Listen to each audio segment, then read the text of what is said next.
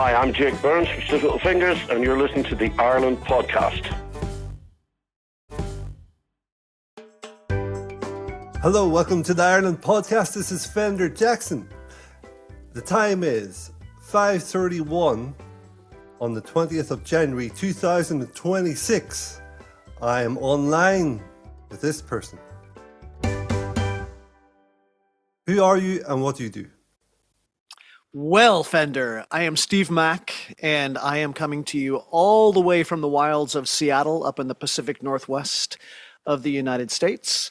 Formerly known as a singer for That Petrol Emotion, currently singing for a number of combos over here in Seattle because I just can't seem to step off the stage. So I'm in a 70s pop rock power pop band called Stag, and I've got a Northern Soul combo called Randy Mood and the Hookups, and any and all other sorts of singing that I can do on stage here, I generally do. Excellent. So you're in Seattle, which is just inside the United States border, as far as I understand. Indeed. Yeah, we're just about 90 miles away from Vancouver, BC. So yeah, just down below there. In fact, all of us people on the left-hand side of the coast and up in the north, we call ourselves Cascadians because there's a mountain range called the Cascades. We have more in common with the people from Vancouver, British Columbia, than we do from places, say, like, Georgia or Florida. Sure. Steve, thank you very much for joining me on this call. It's a bit of an honor. I'm sure you probably looked out in the 90s during your gigs with That Petrol Emotion and saw all these younger kids. I say younger as in whenever you're 27, I was 17. Yeah. So, and you're wondering what's going to become of these kids? Well, this is one of them. I was a big fan. Excellent. I was a big fan of That Petrol Emotion. I say was. I say was because they're no longer going, but I still am a big fan of the Petrols and saw you many times. You first came into my orbit, I think it was just after Manic Pop Thrill. My brother came home from London, and he had a copy of Manic Pop Thrill, and it was just before Big Decision was released. So we then. Oh wow, yeah. So right in between, yeah, you were there early. I was there Good early, job, my friend. because you were in a pub circuit. You're a pub circuit band at that stage. Indeed. We were, well, let's see. We were graduating at that point. I mean, we were at the point where we were selling out larger pubs all over London. And the great thing about, the music scene back in the day was that you could play a pub in West London, sell it out. Then you could go to North London, play a completely different pub, sell that out. Go down to South London, play a different pub, sell that out. And, it was fantastic because it was a great way to, A, build your audience, B, learn your craft by just playing a lot. And you could actually make a living off of it. Now, mind you, those were the days where, you could squat. I didn't pay any rent. I was squatting in a place that had no roof. But I was happy as a clam, and it was really, really magical times. Wow. I'm very fascinated in how you managed to cross paths with these guys from Derry. Well, it's a fantastic story, and I'm in the process of writing my memoir, so I won't give all the details because there's way too many. But the short version is, once I arrived in London, I decided to travel around Europe for a summer and to take a year off because the political situation in the U.S. at the time, I thought it was bad. Now it seems quite quaint, all things considered. But it was just not a place that I wanted to be. So this is what year? What year was this? This would be 1984. 84, so Ronald Reagan era. He was just about to get reelected. Right. And it was obvious he was getting reelected, and it was the beginning of these troubles. That's where it all started, my friend. Yeah. Between him and Maggie, I mean, they ruined everything, right? So I found myself in London. I ended up, after circumnavigating mainland Europe, I ended up in London. And once I got here, I just thought, why would anyone ever leave? I mean, there was this magazine called Time Out, and now there's a website. But back in the day, Time Out was 100 pages of gigs. Yeah. of plays, of cinema, of like there was so much going on in London, and I had died and gone to heaven, and of course all the women were beautiful and the beer was fantastic, and as a freshly minted 21-year-old, I was like, I'm staying. This is fantastic. So I managed to get a job in a restaurant. Fast forward 6 months of circling ads in the NME and the Melody Maker looking for singers and guitar players. And one of the waitresses there just happened to mention, do you know anybody who wants to be a singer? And I said, yeah, me. And she's like, no, no, no, no, no. I mean a real singer. And I am a real singer. Now, mind you, I'd never sung in a band before, right? But I had ambitions to sing. And she said, okay, well, these are mates of mine. You'd like them. They're really, really lovely blokes. And I was thinking, okay, she's one of the nicest people I've met in London. I assume they'll be nice because at this point, being an American over in the UK was not really fun, right? Nobody over there really liked Ronald Reagan, and the sort of cliche was Americans are loud, obnoxious, which is true, but also fans of Ronald Reagan. And I was like, no, I'm not. And everyone's constantly winding you up. But I figured, all right, well, if these are mates of hers, they must be nice people. And then she just happened to mention, oh, I don't know if you remember a band called the Undertones. A couple of them used to be in the Undertones, at which point, I lost my mind because, of course, I had all of the Undertones records, loved them. And we ended up, long story short, we ended up meeting. I went and saw them play without me, and I told them, hey, you guys are great. You don't need a singer. And they said, well, yeah, we actually kind of do. Who was singing then? At that point, Raymond and Damien were taking turns. Oh, wow. Okay. Raymond was singing most of the songs that he had written. But then Damien was jumping in and singing one every now and then. And I thought they were quite good. But they had actually gone in and recorded the first single, Keen, and they had just realized that the vocals weren't cutting it. Who's singing on Keen then? Pardon me? Who sings on Keen? Well, eventually it became me. There is a version. It was never printed to tape. Unfortunately, I wish we had. Like in retrospect, I wish we had printed the version with Raymond singing. He might have that on cassette somewhere. I don't know if he'd ever let it, see the light of day. But they just realized that it wasn't good enough, right? They needed a better vocal on it. The problem was, of course, that they had recorded it too low for me to sing. It was not in my key. And what they ended up having to do was speed up the tape a little bit so that I could sing the song.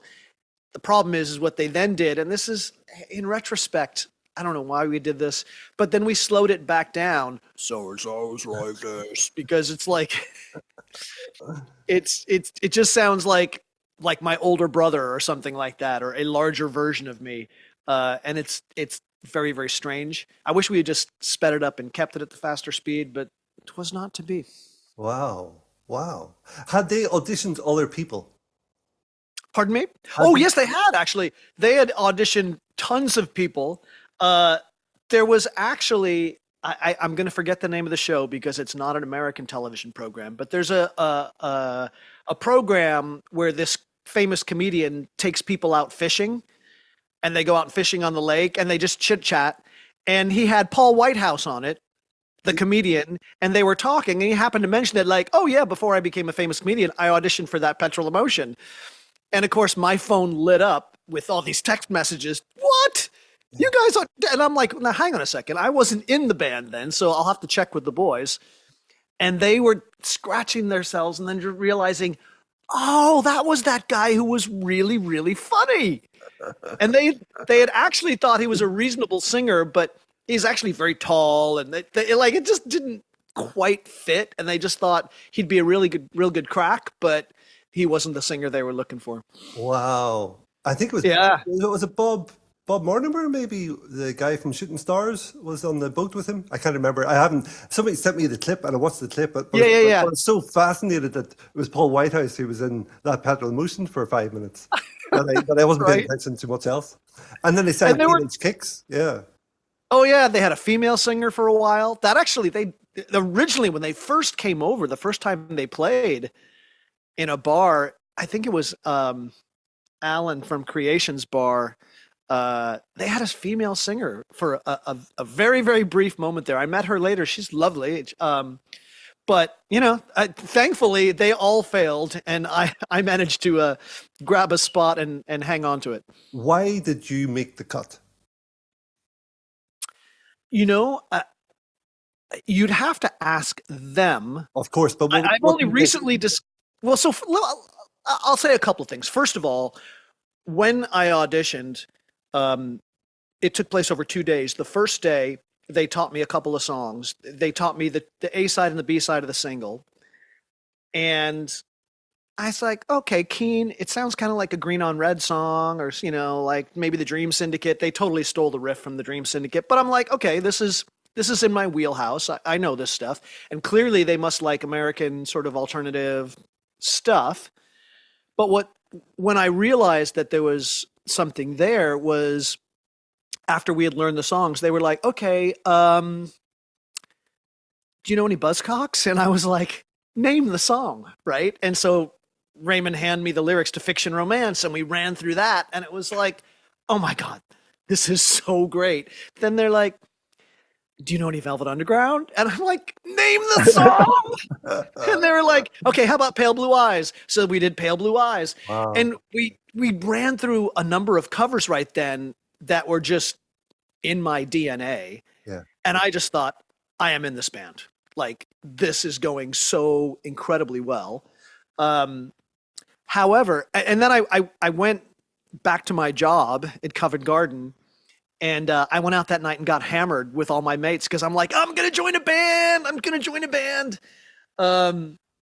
They called up the next morning and they said, yeah, we're not quite sure. Can you come back? I was scheduled to work. I had to pay somebody 50 quid to take my shift. I mean, he had me over a barrel.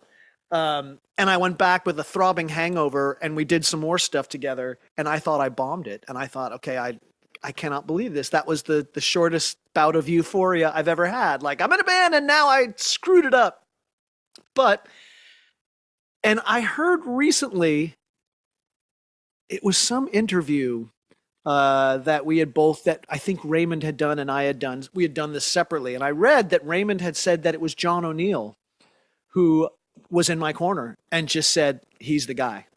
He's the guy that we want, which I'm amazed and eternally thankful to John. We always got along super well, but he just thought there was something there, which is funny because months later, one of the things they said is, like, hey, we're from the north of Ireland. We have very specific views. Are you okay with this? And then they gave me a stack of books. And I read all the books, and I'm like, hey, 100%, I'm on board. I totally understand what you guys are trying to do. And they said, but because of that, because we have very serious messages we want to get across, you need to be serious when you sing. And to them, that meant standing still. And as I'm sure you remember from seeing the Petrols, standing still on stage is not my forte. I come from Seattle, right, where I'm pretty sure, I'm not 100% sure, but I'm pretty sure we invented stage diving because we were doing it at the punk rock shows in the 80s and 70s, right? Yeah. And so I am not going to stand still, especially when we're singing songs like Flesh Print and Can't Stop and all these like really high energy songs. And we were at one of our first gigs outside of London at a pub in Birmingham. And I thought we did really well. Like, we're in a city that I've never been to before, and there's maybe like 60, 70 people there, and I'm giving it a whole bunch of welly. We get into the back of the van, and John actually says, you cannot be moving around that much. It's detracting from the songs. And, I had a few pints in me, and I just turned around and I said, if you want me to stand still, you've got the wrong fucking guy. So you can fire me, but I just can't do it any other way. And that was that. They just decided, okay, we're going to be okay. And then, of course, the reviews were like, you've got to see this the O'Neill brothers' new band with this crazy American singer. Because at that point we were getting support gigs with like the Long Riders and stuff, and I would just stage dive into the audience, and people are like, "What? Why is the singer on our head?" Right?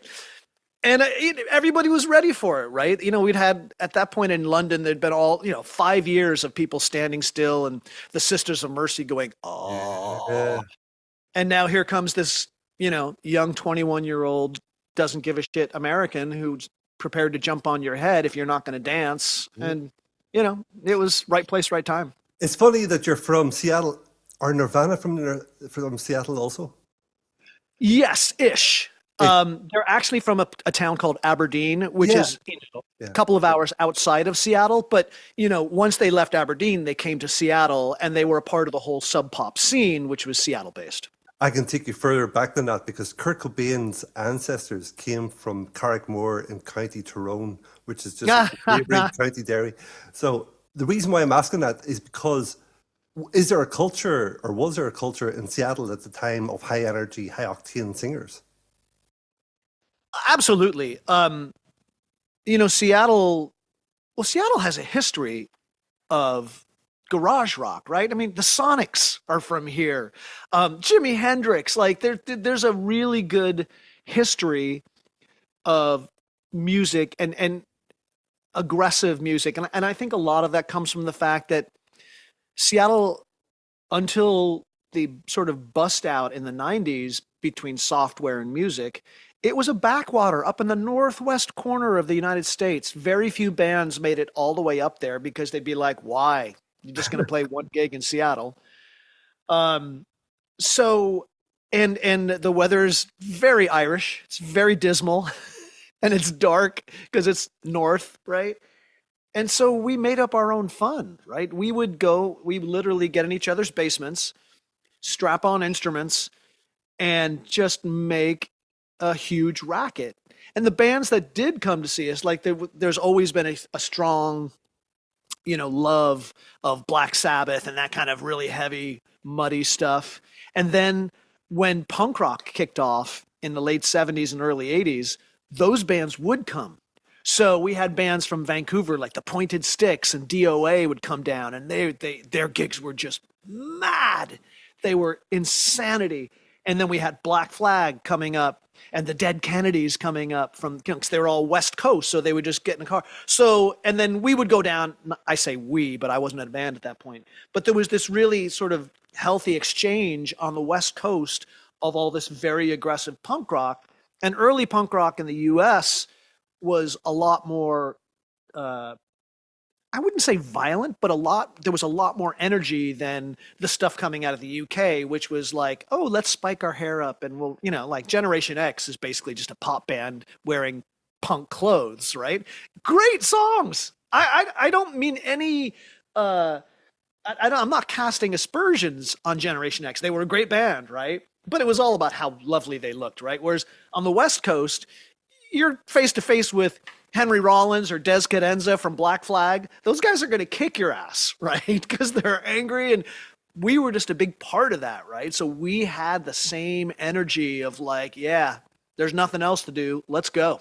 Fascinating. I was a big fan of Dead Kennedys. That Petrol Emotion and Dead Kennedys, I could probably play all their albums on the bass at one point. Oh my God. They were so great. And they were just, you have to, I mean, I suppose you have some inkling of how entirely shocking that band name was when it came out, because the Kennedys are probably second only to Jesus Christ and God amongst Americans and, particularly Roman Catholics, right? And they come out and name themselves the Dead Kennedys. It was like, I have to hear this record, right? And then you saw them live and they were calling it like it is, right? This is Ronald Reagan and all of that crap that was going on in the 80s. And the Dead Kennedys came out and just called it like it is. No, these are rich people. They're stealing your money. They always have been. And it was just so refreshing. Mm-hmm. And after that, you looked at the other records in your collection and you're like, this is kid stuff, man. The Dead Kennedys is the real deal. So yeah, it completely shaped all of us up here in Seattle. And to go further back in your own childhood, what happened that you became a singer in the first place? Well, it turns out, and I've only discovered this in the last 5 years, that I am genetically a rock star. So, yes, you may laugh, but it is true. My father was in Dion and the Belmonts. Why must I be a teenager in love? Why? Wow, Yes. wow. Sorry, I'm saying why, but why did you I, just find this out? What happened? I was adopted when I was a wee baby boy. It turns out I'm a groupie baby. So, Okay. right? And when I discovered this, everything in my life started to make sense, right? So, um, I was at university and I was doing a course in computer science, and everything pointed to me going to work at a place like Microsoft, and just being a corporate guy, making tons of money because I'm a computer science guy, I'm a math guy, right?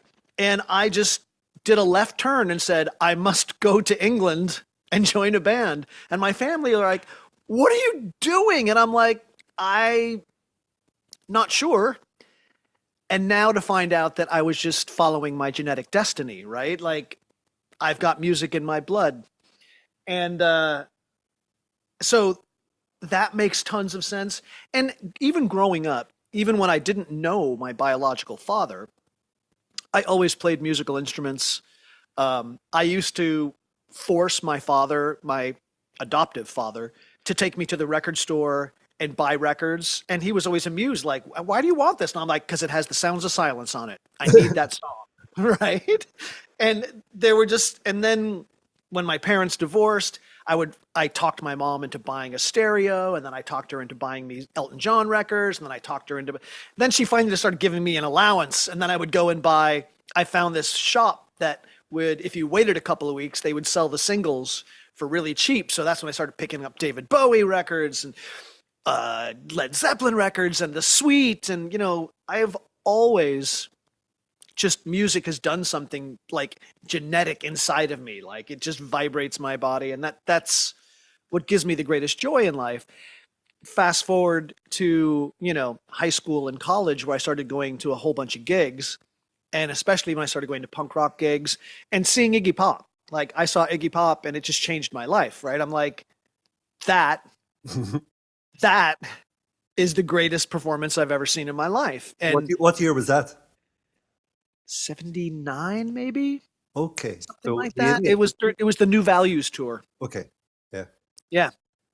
And he was just incredible. Like he played a full gig, and back then it was kind of like what people would do is they bring firecrackers, and they'd come in these huge lots, like 500 of them, and they'd light them on fire and just chuck them in the middle just because they thought it was punk rock or whatever.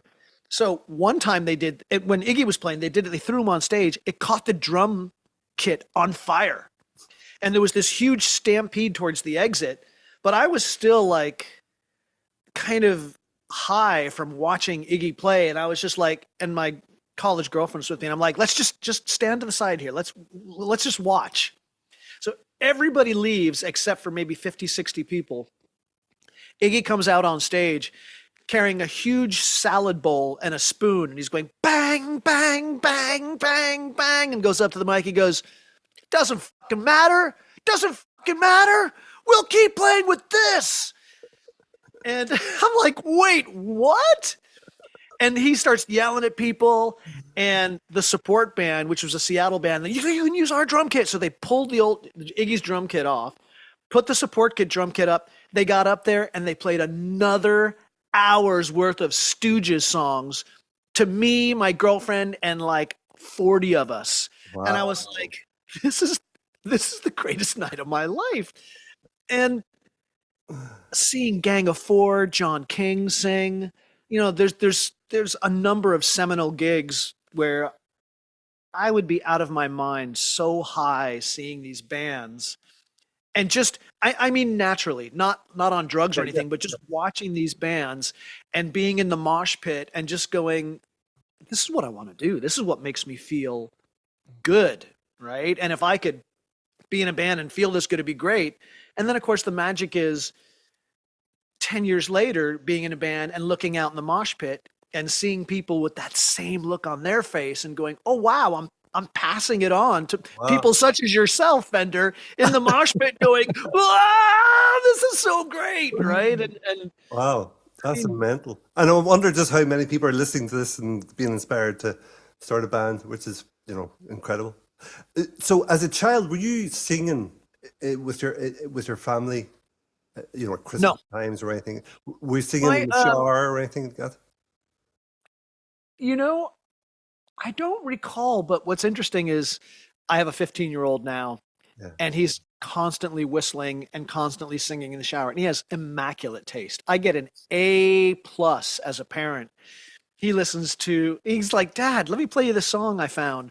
The Beach Boys, God Only Knows. I'm like in tears going, you found this already at 15?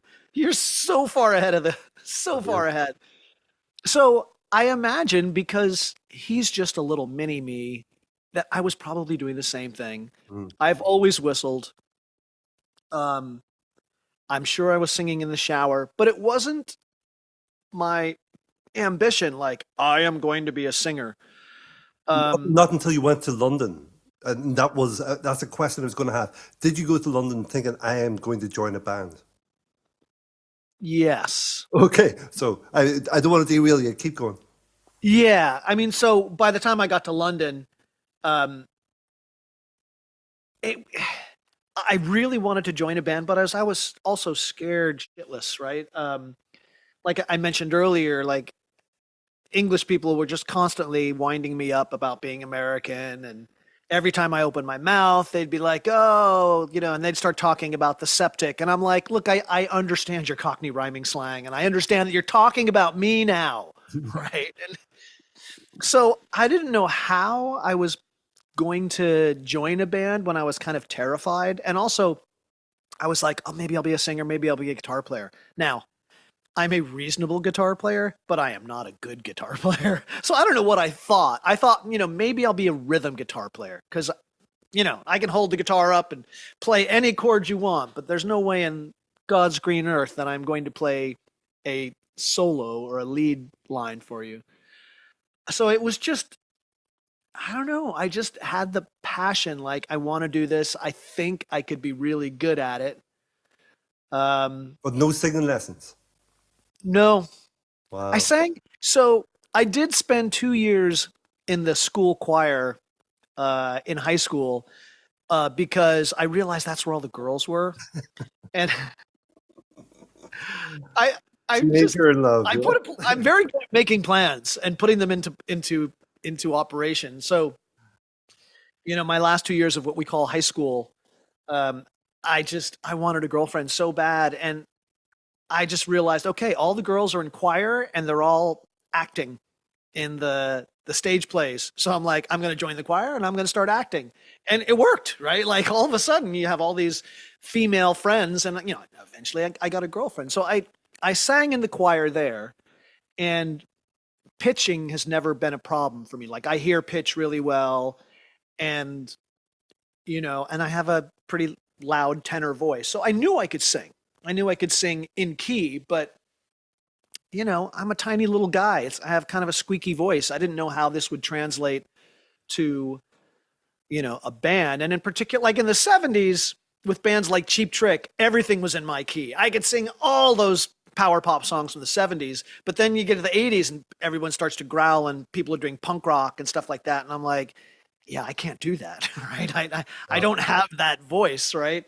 But then Jello Biafra has a reasonably high voice, and he was like just kind of ranting and raving. I'm like, well, yeah, I could do that, I suppose, right? And so it was much more about, I knew that if I'm in a band and everyone's playing, I'm definitely going to be interesting to watch, right? Because I feel the music inside of me, and so I'm going to jump up and down, I'm going to dance, I'm going to get the crowd going, and that was always kind of my thing, right? Was just get that passion off the stage and out into the audience, and hopefully it reflects back.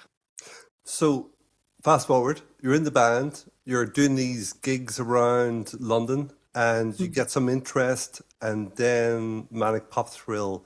I assume there's a record contract there, and I'm wondering what did that look like? Do you want to share some details on that?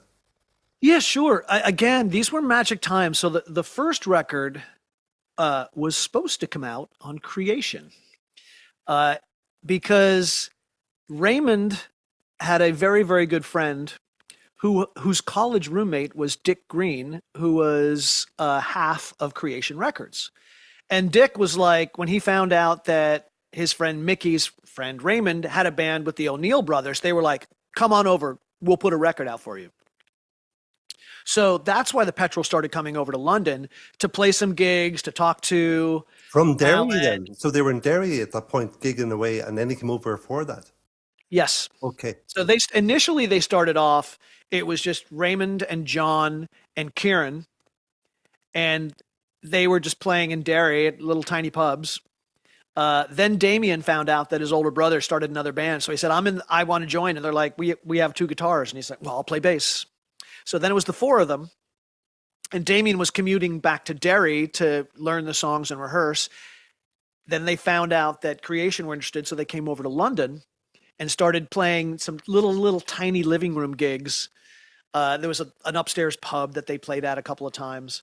And then it became, the issue was Creation put out the first Mary Chain, Jesus and Mary Chain single. And they're like, we don't have any money and we need to focus on the Jesus and Mary Chain because they're blowing up.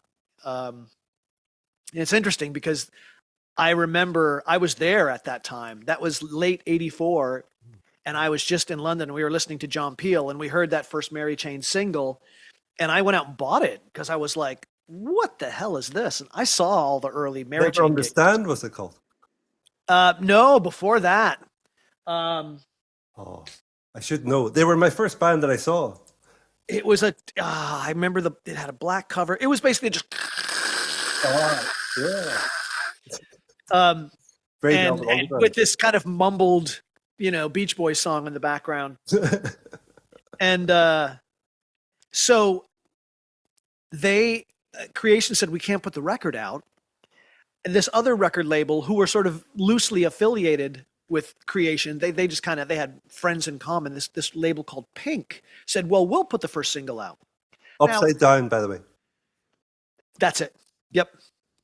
So I was going to say that, but then I was like, I wasn't sure. But yes, you're absolutely correct. So in some ways, this could be the original That Petrol Emotion shooting itself in the foot, because we did for our entire career kept making the worst choices. Imagine what would have happened if the Petrols had been on Creation and had that hype machine behind us, right?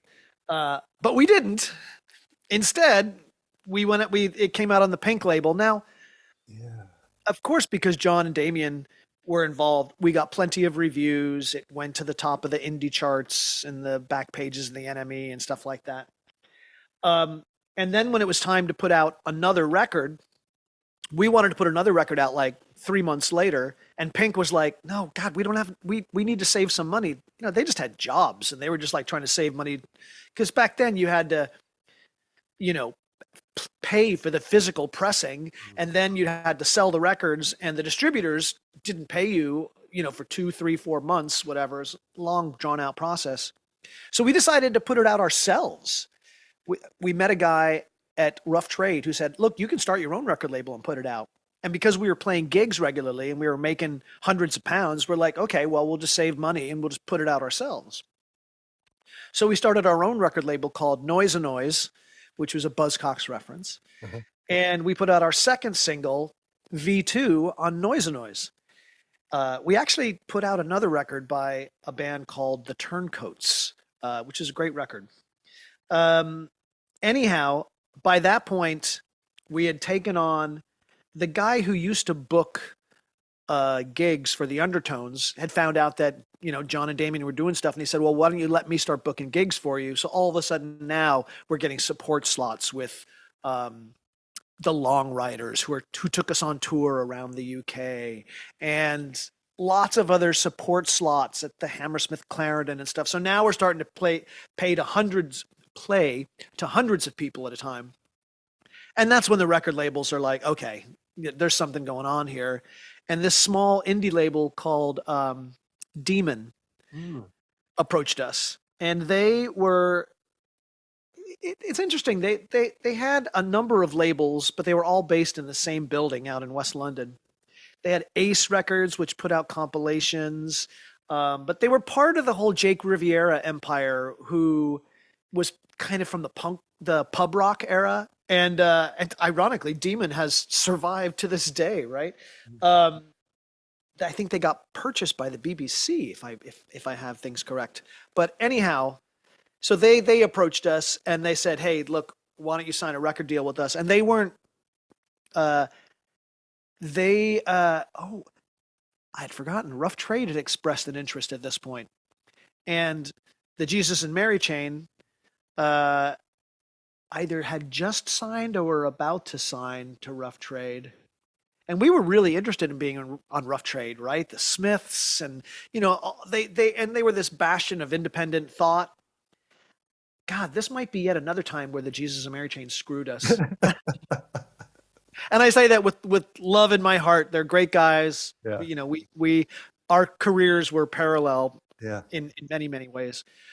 But long story short, Demon said they'd sign us, and they didn't want to sign us to a 7-record contract. They said, "Look, we'll just put out your first record. After that, you're going to blow up, and a major's going to sign you, and you can sign a proper record deal then." And so we signed with Demon, and then they put out Manic Pop Thrill, and at that point, we started blowing up and headlining the larger places ourselves, and then that's when the major labels came calling.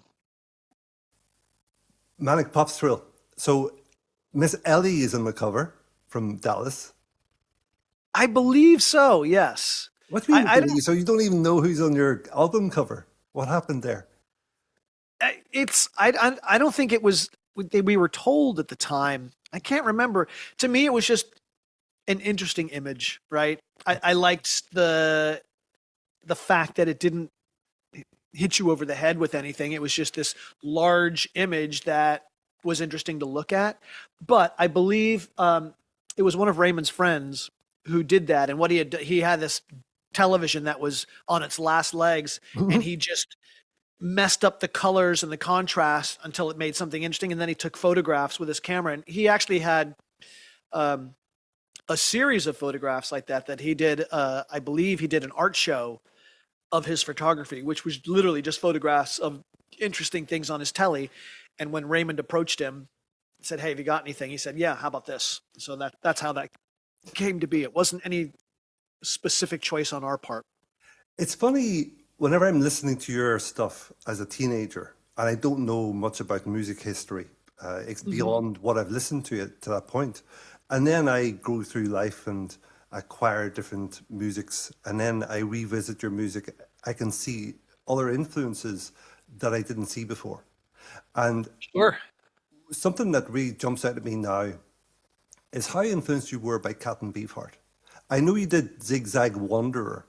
That was my in to Cat and Beefheart, actually, through you guys. But whenever I listen, I made a spreadsheet here, and I've actually put down what I think are the influences. So let me just filter this out. Quick filter. I'm going to shout out some names that I think these might be influenced by Cat and Beefheart, and you can tell me if I'm right or wrong.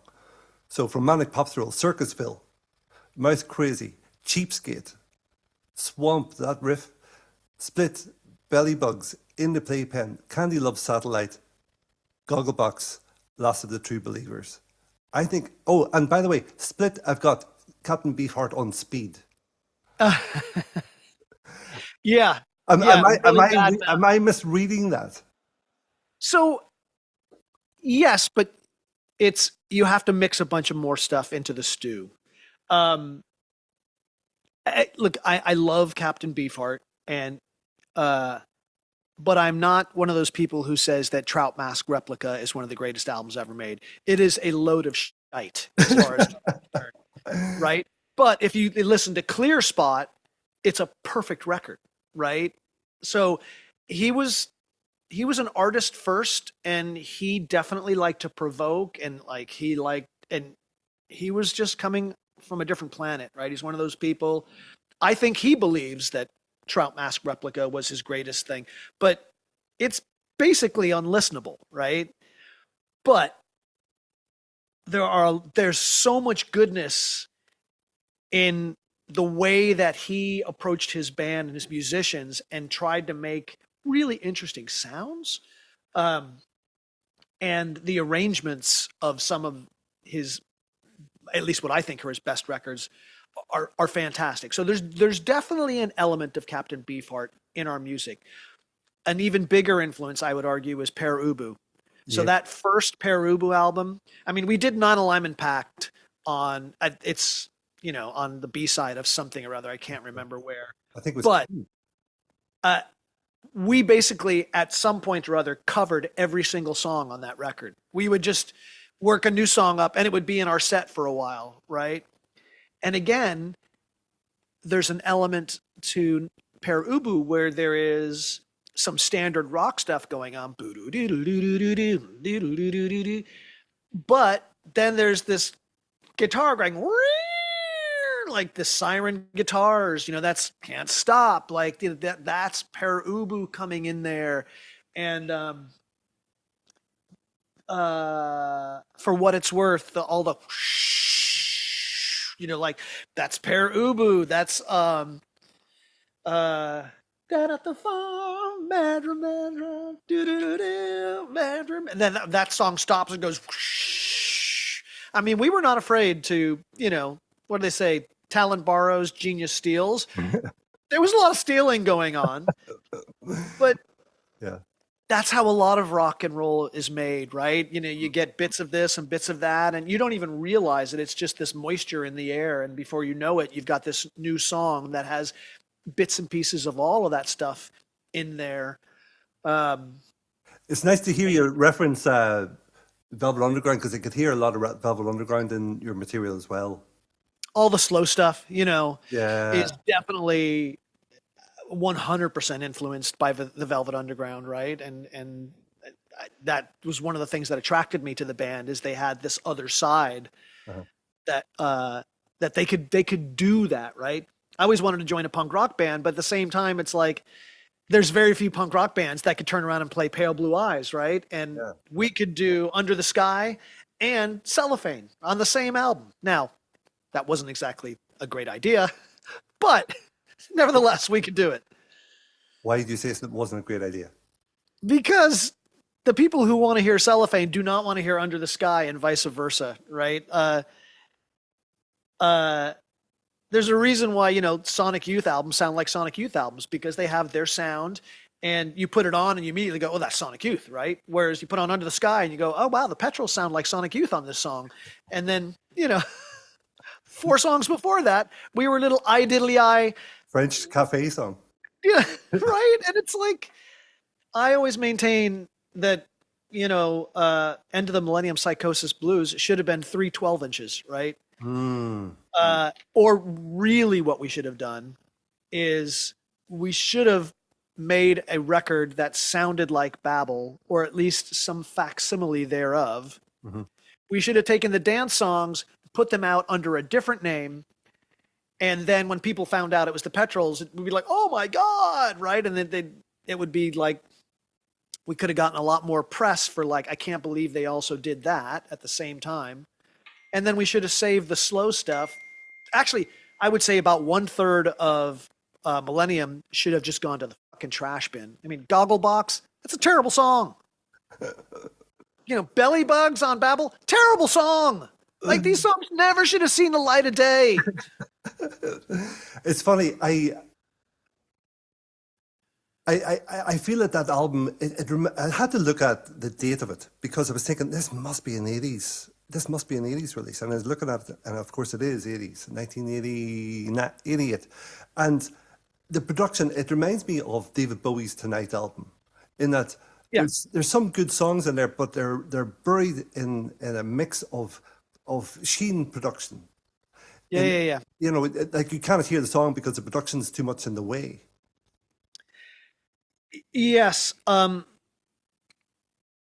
I haven't gotten to this section of my memoir yet. And I have many, many different theories, and I'm, you know, hopefully I'll be able to work it into the unified theory of what went wrong with the Petrols. But many things. Well, John announced his departure at the start. That wasn't a good move. That broke the Petrols for 2 or 3 years, right? It wasn't until we actually got to Chemicrazy where we actually got back on our feet there. Yeah. And it was really, really difficult. But in particular, that Millennium album was the wrong producer. I mean, Roley, you can argue that he was the right producer because he got Big Decision, which has this very unique sound to it. And he helped us with Creeping to the Cross, making a really unique sound to that. So that's fine and good, even though I don't actually like the sound of Babel. It sounds way too dated. But he was definitely the wrong producer for Millennium, which required kid gloves, or actually what it would have, if we'd had Scott Litt, he would have sat us down and go, what are you doing? I'm going to play you these 2 songs back to back. Tell me how these sound like they're from the same record, right? Sometimes a good producer is the one who says no, right? And says, this is not a good song. It's not ready for prime time, right? And whereas that was not Roley's way of working. He was just like, just play the music, I make it sound good, and that's not a producer's job. That's an engineer's job. A producer is the one who kind of is the adult in the room and says, this chorus isn't good enough. This song isn't good enough. You need to write better songs. And the thing is, it's evidenced by Chemicrazy that we had much better songs in us. But we were so broken and demoralized that we put out a really dodgy record, and people are trying to rewrite history and say, no, I love that record. That's my favorite one. And it's like, sure, you can say that about a million records in retrospect and after they've grown on you for a couple of decades. But that's not what the music industry is about. And unfortunately, if you're trying to build a career, a long-term career, you have to bring your audience along with you slowly but surely. You can't just go, boom, we are Curtis Mayfield now. Look at us. We can write a Curtis Mayfield song. And it's like, I listen back to it and you're like, sounds like 5 white guys trying to be Curtis Mayfield, right? And nobody wants to hear that. Good Lord. What were we thinking? Good album cover. Yes. Except, well, I like it because, the concept was everybody in the band got to bring their favorite things and the artist would work them in. And if you look, there's a little Space Needle, which is my shout out to all my people in Seattle saying, hey, I'm Seattle first, last, and always. So I was very happy about that. The problem is that when it came out in the US, the record label over there said, have you asked all these people for clearance? So anybody that had a face, it got blacked out either with a strip over their eyes or so there's all of these just things that are black, right? Nobody said, find another bitter piece that you can, and nobody went to try it. So it in the US, the album cover looks terrible, but in the UK and Ireland, it looks good. We skipped over Babel a bit. Big Decision. I was looking on Spotify. Big Decision's got 1.3 million plays, and your next biggest track, I can't remember what it is, but it's got 300,000. Why is that? What have I missed?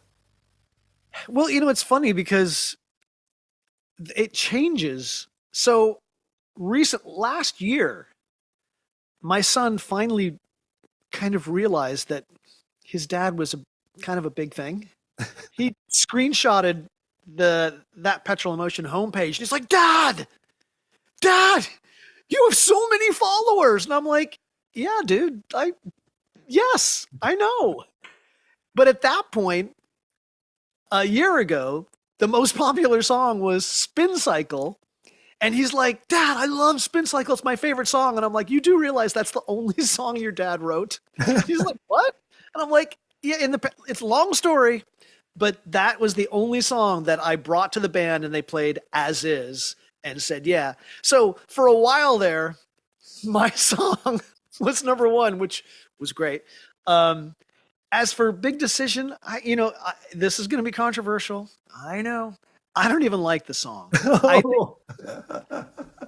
It's okay. It's just a nursery rhyme. Just ocean, make a big decision. There's not a lot of sophistication there, right? For the singer. For the singer, yes. There is some good arrangements there. But also it's, you know, there's no bridge. There's no middle eight. It's got a rap. It's got a rap. That's a middle eight. Yes. I am 100% proud of the fact that we are one of the first. I won't say the first, but I will, even though I think we are the first. But I will say we are one of the first alternative bands, guitar-based bands, to put a rap in their song. Like, we loved rap. We loved it. And God bless Raymond. He's gone, I'm going to rap. And we're like, are you kidding me, dude? And he got in there and did it. And we were like, yes, yes, it stays. It stays, dude. That's amazing.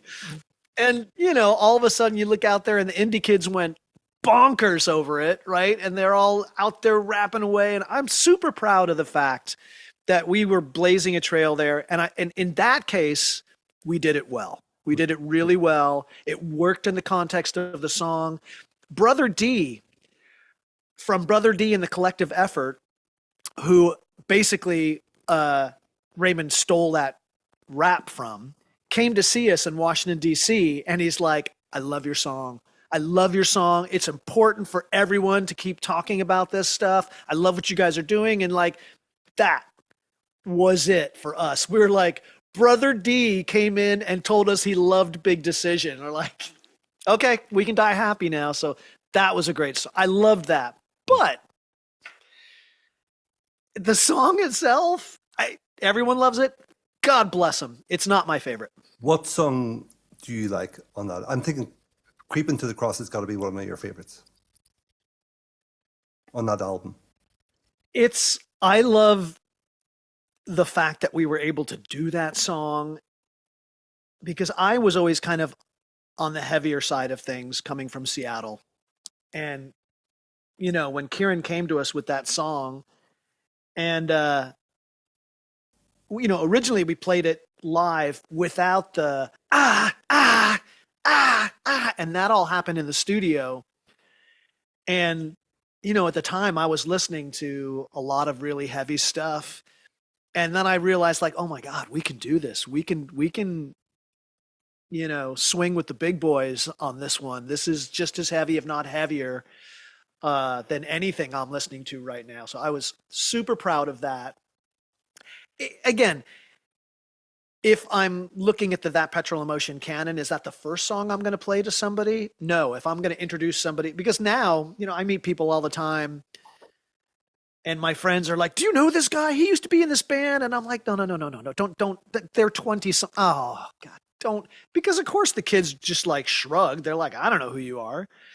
But if I'm going to play songs to them, I'll play Hey Venus. I'll play Sensitize. I'll play Infinite Thrill. I'll play The Last of the True Believers. You know, to me, those are much better songs. And they're the kind of song that anybody should just go, oh yeah, this is, wow. And you know, what they always goes, you guys were actually good. And I'm like, actually, thank you. Right? Those are actually on the last two albums. Oh yeah. Everything you've named has been on the last two albums. Is that because the production matured, or that songwriting improved? I think both. I always lean towards the last albums because I personally believe that that's how the Petrols were supposed to sound. Like if you listen to Fireproof, and for that matter, the live record, Final Flame, that is how we sounded live. Yeah. And nobody ever captured that. I mean, I think Chemic Crazy is a great record, and Scott did he was trying to break us big, right? He was like, okay, how do I make these guys? So he kind of cleaned it up a little too much, I think. He took away some of the growl.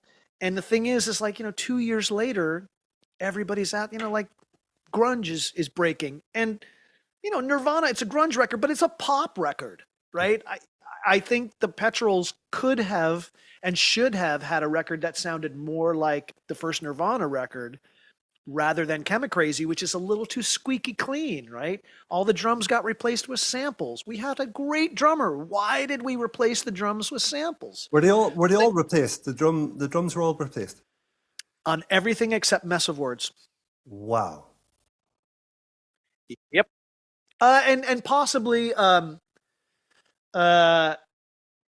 let's see, on the slower ones, Okay. you know, like Heartbeat Mosaic and stuff like, but I mean, that's all just like, you know, but again, floaty. in fairness, this is 1990 you're talking about. This is, I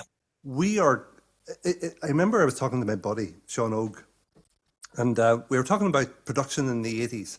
He says the 80s were necessary for us to go through to understand how not to use technology.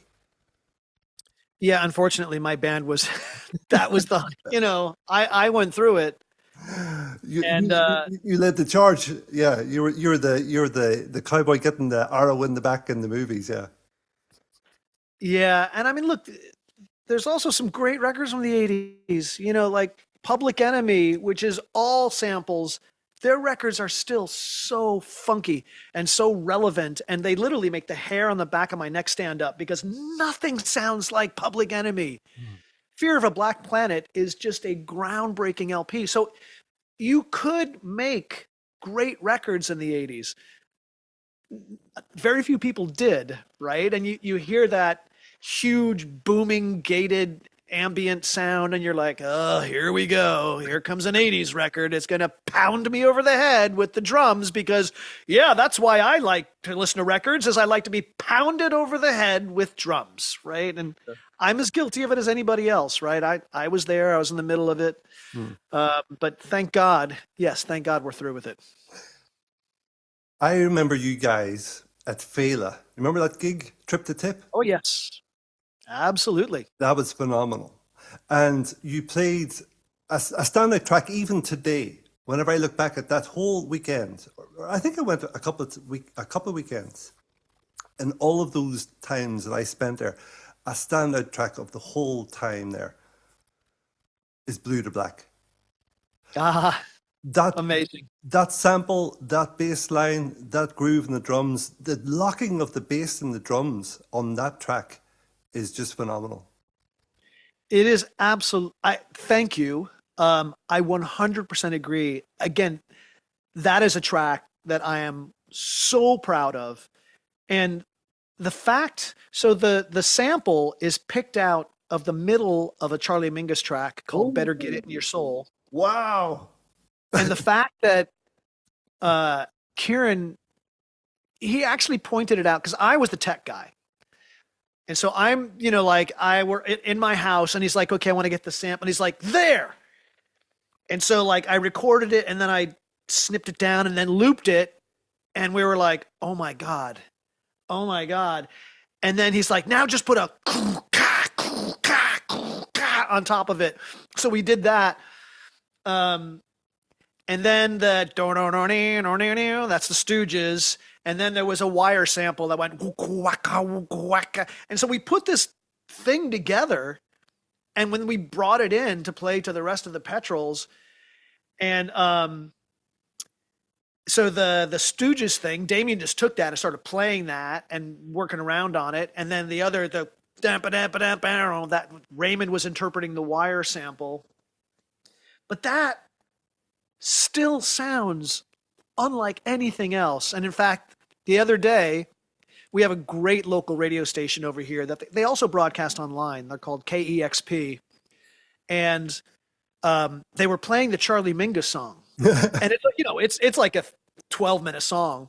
So I typed in, and I'm like talking to the DJ, I'm like, the Petrols sampled this for Blue to Black. And he just rolled from that song straight into Blue to Black. And it was just amazing. And then, of course, people started going, what is this? What is this? What? And he was telling me, like, people are going nuts. Like, and you're like, God damn it, right? Where were they 25 years ago, right? But that song is a high point for us, right? Like, that's how sampling should be used, where it's put together something completely new And it was a great way to start off a show because, lights go down, poof, pure black, and you just start the and people like, they don't know how to count it. They're like, where's the one? And then all of a sudden, Kieran and Brendan go, bam, bam, bam, bam, bam, and you're like, people lose their minds, right? And then they get to just jump up and down to that for the next 5 minutes. Super fun to play live. Great song to play live. And you could feel the energy of the crowd and think about Trip to Tip again. And also, I saw you in like Derry, I saw you in Mandela Hall in Belfast and so on. All right. And, every gig was the same with that song. You could just feel we're stepping it up a gear here. Yeah. Funny thing about that, were you at the Belfast gig where they were taping it live for radio, or were you at the university gig? Should I say I was 18 around that time, so I can't remember what was happening. Yeah. No, fair enough. No, quick little aside here. The gig where we were playing a live BBC, they recorded the gig live. It was actually really sounded great. Which I don't say about many of our live things. I don't listen to live. Live is about you were there or you weren't, right? But after the show, we had this English tour manager. He's like, "Well, lads, I've got good news and bad news." And we're like, "Okay, how about the good news?" He goes, "Stonkin' show, absolutely tip top." And we're like, "Okay, what's the bad news?" He's like, "They've blown up the hotel." Now, we were staying in the Europa, and we were all making jokes all day long about most bombed hotel in Europe. Can't believe we're staying here. And so he says that, and we're like, yeah, right. He's like, "No, lads, I'm serious. We don't have a hotel." They had bombed it. And so they had to divide the band up and put us in various different B&Bs. But we had to go back the next day to collect our personal belongings and stuff, and the entire front of the Europa had no glass in it. It's just classic, absolute classic. Only in Belfast. I think I remember that. And for anybody listening, going, "Why is this the most bombed hotel in Europe?" It's because it's around the corner. It's actually facing the Ulster Unionist headquarters. So the political party, the Ulster Unionists. Well, what I thought was absolutely hilarious. And again, only in Belfast. So, in the main floor, the ground floor, there's the lobby, but next to the lobby, there's this beautiful pub, right? And of course, it blown the whole thing apart. So the pub itself was fine, but all of the glass in the front was gone. And this was like November, so it's not exactly warm out, but the pub was full. Everyone's there at the bar with their, their hat on and their full jacket, and they're like, "Oh, there's no glass, but that's not stopping me from getting my morning pint." And I was like, once again, only in Belfast. Fantastic. Sensitize. Yeah. I thought that whenever that single came out, I thought, okay, this is it. They're gonna go stratospheric. Did you think? Yep. I don't know. Look, when we recorded Good Thing, I'm like, this is it. Yeah. The BBC are going to go nuts over this track. Yeah. Didn't happen. Big Decision. I'm like, okay, this is it. We got to number 42, and the record label was like, next week it goes into the top 40. Once that happens, every television station in all of the UK is going to want you to be a guest on it. Requests are going to start coming in from Europe. This is it, boys. Here you go. It didn't go into the top 40. Sensitize. I'm like, okay, this is it. Nope. Hey, Venus. It's got a rap in it. We did a dance remix of it, which all of a sudden now we're starting to become a thing, even though we'd started it with a Big Decision. And we're like, okay, maybe the world has caught up with us. We've got a remix of it. It didn't happen. Hey, look, at the end of the day, the kids either love your record and they go out and buy gazillions and buy it, or they don't, right? And at the end of the day, The phone lines weren't lighting up with kids saying, "Please play That Petrol Emotion." We had, you know, anywhere at that point we could go and play to 1,500, 2,000 people all over the UK and continental Europe, and we just kind of hit our peak, right? For whatever reason, we didn't break huge, but it is what it is, right? There's no conspiracy theory behind it. It's just like some bands break, some bands don't. There's no conspiracy theory. However, I have a question. Yes. You were very political. Yes. Do you think that hindered you? Oh, we got shadow banned for Genius Move. Genius Move, I forget what the message was on the back. Big Decision. I believe. Yeah, sorry. Big Decision had a bit of there's an anti-terrorism act, bit of yes in there. Yeah, but we weren't shadow banned for that one, at least not that I recall. For Big Decision, but Genius Move, I believe, had something about Jerry Adams. On the back of it. Was it to do with him not being allowed to talk on BBC? Something like that. I honestly, I'd have to go back to my That Petrol Emotion section and pull it out and look. And we heard that we got shadow banned. That there was no official ban, but they just were not going to play Genius Move. And that was, you know, the other boys. Genius Move. Again, I like Genius Move. It's a good song. To me, it's not our best song, but we definitely got shadow banned at that point. After that, you know, the problem was Millennium. We didn't put Genius Move on Millennium because we decided not. It was yet another stupid decision. And then, like, what, Cellophane? Like, I mean, it's a good song. It is a very good song. But that's not a hit single, right? So we put out a whole record that totally confused our audience. And, you know, you in the UK, it probably still is, but at least back then, you're only as good as your last single, right? People move on.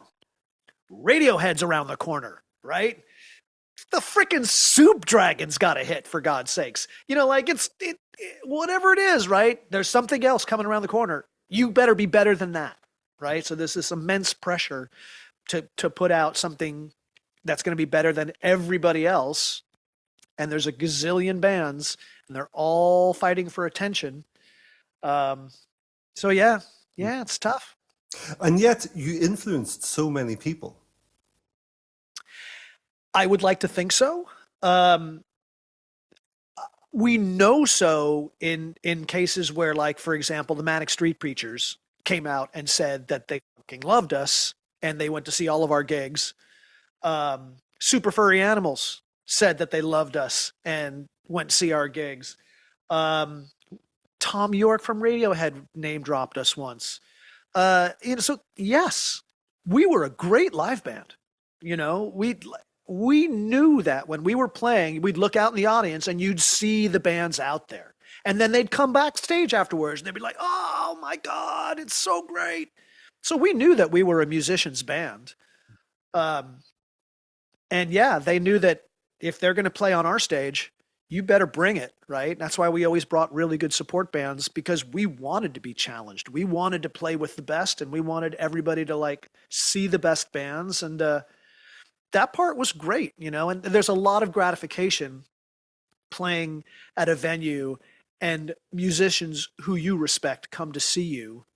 Yeah, it's fantastic. R.E.M., like, they played Babel before their show every date on their American tour. And we were like, no. And then we went to go see them twice. And both times they played the entirety of Babel before they went on. The full album? The full album. Wow. Yeah. That was Peter Buck. He was a huge, huge fan. And we ended up getting to meet them. And, you know, that was like, are you kidding me? Like, I remember hearing the first R.E.M. single, and we were all huge fans, absolute huge fans. And that was one of the best days ever, finding out that R.E.M. liked us. And then Scott Litt, who produced Chemi Crazy, produced R.E.M. and Nirvana. Yep. So, we knew that we couldn't use Rolly. And we approached a lot of producers. We talked to Michael Beinhorn, who had worked with the Chili Peppers and eventually went to go on to work with Soundgarden. We talked to, what is his name? We talked to John Leckie, who went on to do the Stone Roses and stuff. He did a remix of Genius Move for us. Nice guy. We really like John Leckie. He probably would have been a good choice for us, right? Because he understood rock, but the timing didn't work out. We never met Steve Lillywhite, but our record label wanted us to work with him. But we were a little bit, his records are all like big and like full of reverb and Simple Mindsy. And we're like, that's not us. We want to be more in your face. God, we just talked to dozens and dozens and dozens of people. And between the record company not liking our choices and us not liking their choices, finally somebody said Scott Litt, and we loved the R.E.M. record. But we just thought he was out of our league. Like, no, he's not going to work with us. But he called Peter Buck, and Peter Buck said, "You got to go make a great record with these guys." Wow. And so we met him, and we really liked him. He's a good guy, and I learned probably more from Scott about production than any other producer I worked with. He was just a master at what he does. And we talked earlier about how sometimes a good producer says no. And that's what I loved about Scott. Literally, we would have like the bare bones of a song down. First of all, even like before we went in, he came to the rehearsal room and he was just like, I don't know about that song. And he would just plant the seed of doubt, right? Like, maybe you should do something different here. And then when we were in you're doing overdubs, you're like, hey, I've got this idea for a guitar thing, or I've got this idea for a tambourine. You'd go in and you do it, and you do it until it was perfect. And then you'd all sit down and listen to that new tambourine part. And then he'd go, okay, let me just go back here. And he would like rewind the song, and he would turn off the tambourine and play it again. And he would just go, is it better or is it worse? And if it wasn't demonstrably better, he would erase it. He's like, because what most producers will do is they'll go, they just record everything, and they'll go, we'll just fix it in the mix. And the reason why some of those R.E.M. records sound just so massive, that's